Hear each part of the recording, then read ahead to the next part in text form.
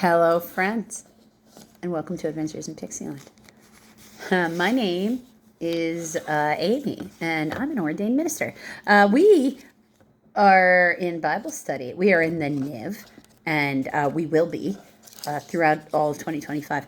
In 2026, we're doing the KJV. I'm happy to announce that today you should be able to see up on both the YouTube channel here and over on the Facebook page that has the same name, if you care to join us over there, the shorts that will have a Bible study comparison between the NIV and the KJV, and they are pulled sort of like at random. I have these Bible study cards that have, on the front, it has like, here's what it's called in the Catholic Bible, here's what it's called if you're looking at the Mormons, and if you flip it back onto the other side, it's how you'd find it in the Protestant Bibles that we are, like the one we're currently in, and what the KJV is. So the two side by side to see the language's difference, and then also to tell you what that might mean for your day, like what we might need to take these Bible passages to, how can we use them to help, center us in the day. So those will be up there now daily. So in this video that we are in Exodus chapter 29, and we are doing all of chapter 29, which is verses 1 through 46. So let's jump in. Consecration of the priests. Now remember, we're up on Mount Sinai, and we're establishing what is the Mosaic law.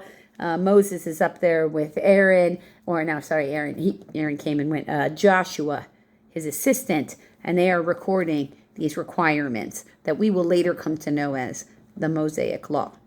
Okay. This is what you are to do to consecrate them, so they may serve me as priests. Take a young bull and 2 rams without defect, and from fine wheat flour without yeast, make bread and cakes mixed with oil, and the wafers spread with oil. Put them in a basket and present them in it, along with the bull and the 2 rams. Then bring Aaron and his sons to the entrance of the tent of meeting and wash them with water. It's a big deal to him, because remember, these are peoples who we're back in the BC era. We don't know anything about bacteria. There are no microscopes. There are no telescopes. We can't necessarily explain what's going on, or they can't. We now know more about the geographical location. We know now more about science, so we can understand a little better. This isn't really any different than your parents teaching you when it was time to take a bath, when it's time to brush your teeth, when it's time to, it's the same. These are people who are used to being told what to do all the time. From the moment they wake up to the moment that they go to sleep, their life has been in servitude to another physical human being. So they don't necessarily know how to do any of these things. Take the garments and dress Aaron with the tunic, the robe of ephod, and the ephod itself, and the breastpiece. Fasten the ephod on him by its skillfully woven waistband. Put the turban on his head and attach the sacred diadem to the turban. Now, a diadem. Diadem, not quite the same as a crown. Close. Not really quite the same as a tiara either. You're like, that sounds familiar. That's because it was, if you're a Harry Potter fan like me, then it was the Rowena Ravensclaw's diadem that was one of those cursed objects. So that's why it sounds familiar. So a diadem, unlike a crown, which just like sort of sits over the top of the head, is actually got like a band, and it kind of goes across the forehead, and it frequently has something like dangling right up in here on the, what modern convention would call the third eye chakra. So his breastplate, which has a bunch of gemstones, is strapped onto him through these ornate, things that's over top of it. And on that is the Umin and Thummim, because if you actually looked up the words in Hebrew that went for those letters that was on those things, one is to say to smite or to bless. So when they're casting lots, this breastplate is how they're casting lots. The sunlight hits, and Moses is going, this tribe, step forward.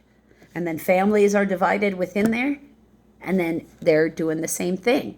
And then it's deciding what'll be the problem and what'll be the solution and what won't. So the diadem with the turban is just sitting right over his third eye. Just more gemstones in that place. Now, I don't know that this diadem had a gemstone. The diadem could have just been put in place to hold the turban, because they don't specifically say that. So I'm not trying to necessarily attach the sacred diadem to the turban. Usually they are made of they can be made of leather, they can be made of metals covered in gemstones. Again, you can go look it up. Take the anointing oil and anoint him by pouring it on his head. Okay. Bring his sons and dress them in tunics and put headbands on them. Then tie sashes on Aaron and his sons. Septigina on them.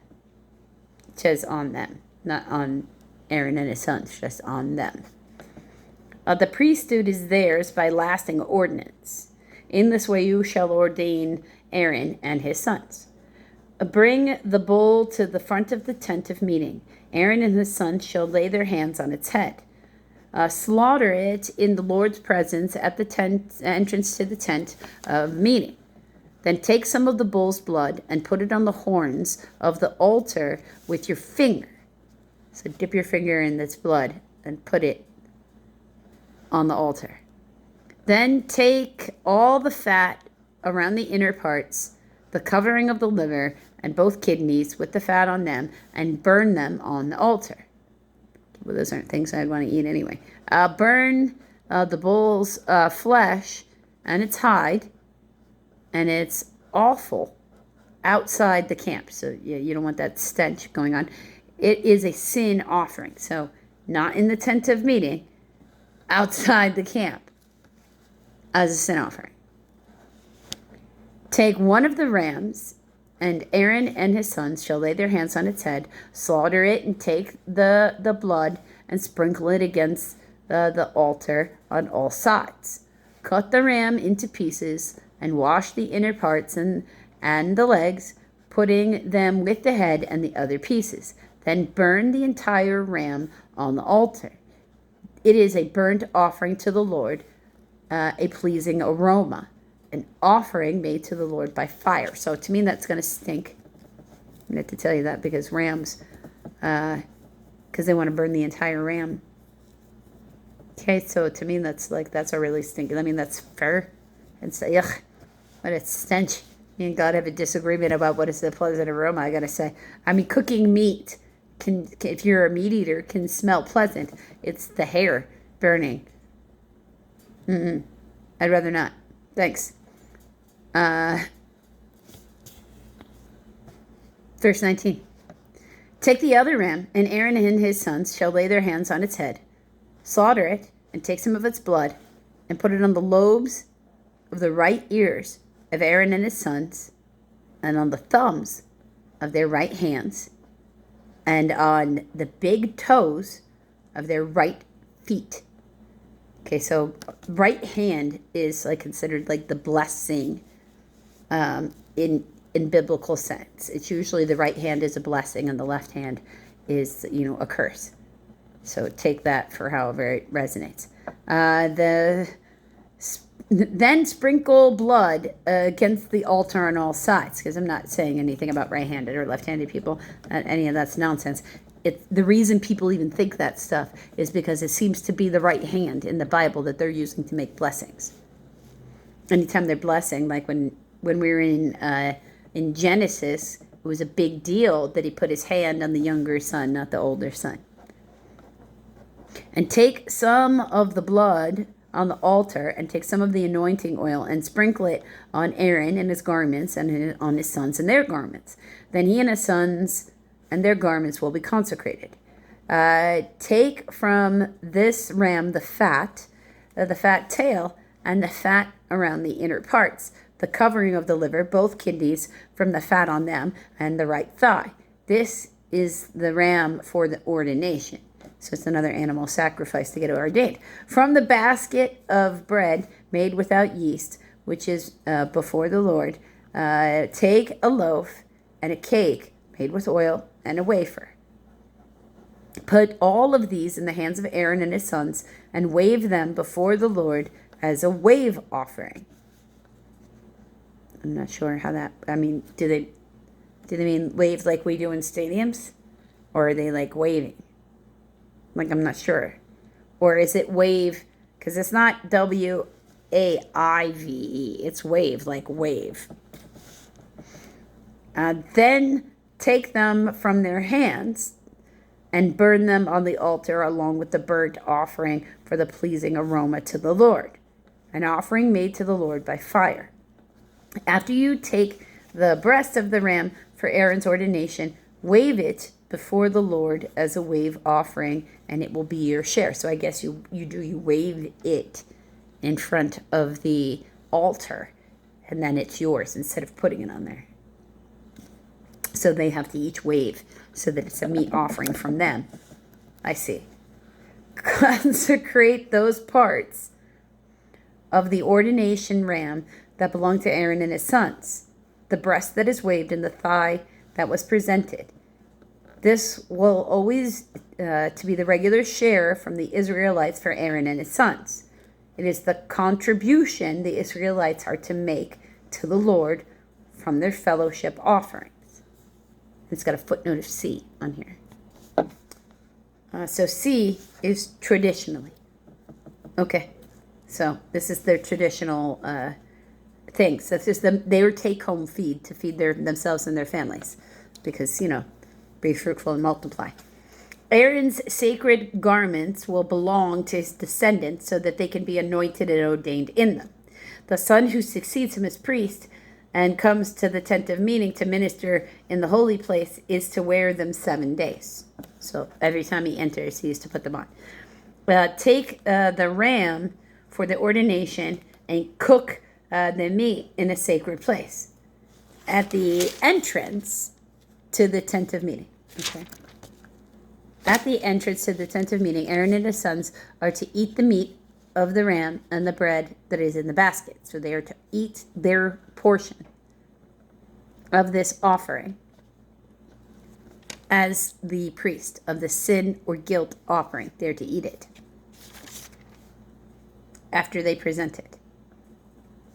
Okay, and you'll note that they want to give Aaron's clothes, which have a bell on him, so God doesn't strike him dead like he's some kind of cat. His sons have to wear that too, so they also don't die. Aaron and his sons are to eat the meat of the ram and the bread that is in the basket. They are to eat these offerings by which atonement was made for their ordination and consecration, but no one else may eat them because they are sacred. These are the very specific things of the ones that were offered in this way. And if any of the meat of the ordination ram or any of the bread is left over till morning, burn it up. It must not be eaten because it is sacred. Do for Aaron and his sons everything I have commanded you. Take 7 days to ordain them. Sacrifice a bull each day as a sin offering to make atonement. Purify the altar by making atonement for it, and anoint it to consecrate it. For 7 days make atonement for the altar and consecrate it. Then the altar will be most holy, and whatever touches it will be holy. Okay, this is what you are to offer on the Lord regularly each day. 2 lambs a year old, one offering in the morning, the other in twilight. With the first lamb, offer 1/10 of an ephah, which has got the footnote of A, which is about 2 quarts or 2 liters of fine flour mixed with a quart of hin, which has got a footnote of B, HIN, that is probably about 1 quart or 1 liter of oil from pressed olives, and a quart of a hin of wine as a drink offering. Sacrifice the other lamb at twilight with the same grain offering, the same drink offering, and as in the morning, a pleasing aroma, an offering made to the Lord by fire. So boil the wine. For the generations, or simply pour it out on there. I guess it's a way to turn it off, but you don't really want the flame to go out. So I don't know. Boil it is what I would do, because that's how I would handle it. For the generations to come, this burnt offering is to be made regularly at the entrance of the tent of meeting before the Lord. There I will meet you and speak to you. There I will also meet with the Israelites, and the place will be consecrated by my glory. So I will consecrate the tent of meeting and the altar, and I will consecrate Aaron and his sons to serve me as priests. Then I will dwell among the Israelites and be their God. And they will know I am the Lord, their God, who brought them out of Egypt, and so that I might dwell among them. I am the Lord, their God. So, and we have it. We have the beginning parts of it, of how they got, sanctified in the first place. Because remember, this is our imprint in modern day for what a priest, a minister, any of those should be, what it looks like to be in the daily business, if you will, the daily service, worship service that is necessary if you're going to run a church. So this is the beginning part of what it looks like. Until the next video, friends.